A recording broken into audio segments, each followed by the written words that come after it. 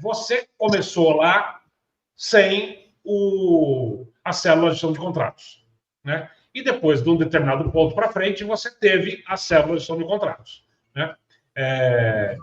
Não sei se você vai se recordar, acho que claramente sim.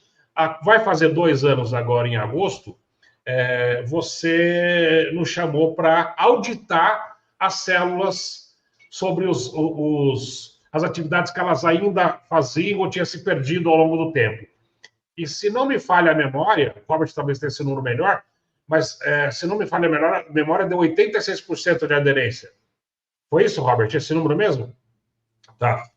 Ou seja, 10 anos depois de implantado, ainda as células lá da Ativos, que eram 9, 8, 9, não lembro, ainda executavam aí 86% das suas atividades. Mas a pergunta, então, eu quero te fazer é o seguinte: o que você sentiu na prática de mudança do trabalhar antes e trabalhar depois? Né? O que você pode trazer para a gente aqui de percepção de quem fica do lado de lá? Né? Porque a nossa percepção, nós vamos lá, implantamos, a gente adora, acredita no processo, mas a gente vai embora. Né? Quem fica com esse legado são vocês. Queria ouvir um pouco de você, o que você viu. E pode falar aquilo que você acha que é bom e aquilo que você acha que pode melhorar. Não, com certeza. Godoy, assim, bom, vou dar um pouquinho do histórico, né, do que aconteceu como pano de fundo aí.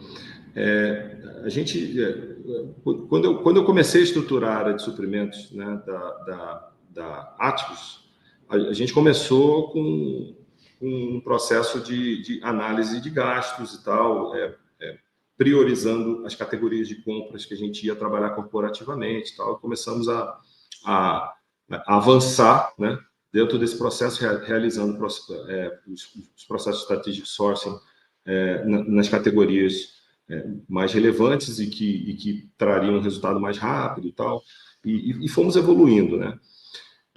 Quando a gente chegou nas categorias mais complexas de serviço, tá? A gente começou a ter uma dificuldade enorme de compreender os contratos que existiam, né? De identificar esses contratos, né? Até onde esses contratos estavam, quem eram os gestores desses contratos. Não existia um conceito de gestor de contrato na empresa, né? Eu lembro que muitas vezes, às vezes, a área financeira pedia uma listagem de contratos, né, para a gente. Então, quais são os principais contratos e tal. E, apesar da gente ter um RP, a gente não tinha organizado, né, essa estrutura dos contratos da empresa e tal. E, cara, os problemas eram de toda sorte, né? A gente tinha qualquer coisa que acontecia no contrato de serviço, batia lá na área de suprimentos, ou a área local, que ainda existia uma área de compras local, né? Porque a gente não tinha centralizado tudo ainda, né? Não tinha feito ainda o processo de centralização, ou na área corporativa e tal. E aí, quando a gente ia avaliar o problema, a gente via que era na verdade, um problema muito mais nosso do que do próprio prestador de serviço, né? Por uma falta de acompanhamento, uma falta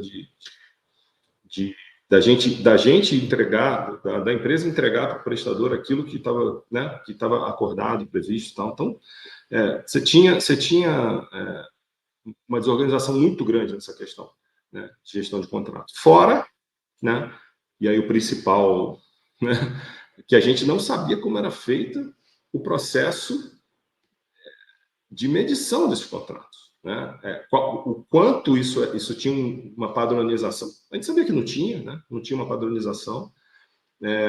O quanto eram respeitados, né, as cláusulas dos contratos, né, durante esse processo de medição, o quanto que se apurava realmente aquilo que tinha sido feito ou não. Então, era uma grande caixa preta, né, o processo de gestão de contratos dentro de cada área, né, dentro de cada área. Então, a gente entendeu que precisava colocar o dedo nisso, tá? Isso na parte de serviço. Assim como, quando a gente fala de materiais, né, a gente também depois colocou o dedo no processo de planejamento lá, de estoque e tal, de como era feito toda essa gestão de estoques. Né? A gente está falando aqui hoje muito mais de serviço, tá? Eu não estou entrando muito no mundo de materiais e insumos, tá? Que é outra briga. Outro bicho, né? É outro bicho. Né? Então, a gente conheceu vocês, né? Na época ainda Equipo, né? Não era EQP, né? E aí vocês trouxeram um processo para mim fazer sentido. Eu tinha vindo da Vale, tinha passado por um processo de implantação, né? Da gestão de contratos na Vale. E você também desenvolveu embrionariamente, né? Lá na Vale o seu processo. Né? Foram coisas bem separadas, mas quando você trouxe e me mostrou, eu falei, cara, isso aqui faz sentido. Né? E aí começamos o périplo para poder implantar as células. Né? Não é uma coisa fácil, não era, pelo menos na época, uma coisa fácil, né, de convencer. Né? É fazer um investimento em algo que aparentemente vai trazer até um aumento de pessoas, né? Um aumento de pessoas para fazer algo que nem todo mundo tinha certeza na época que era algo necessário ser feito. Né?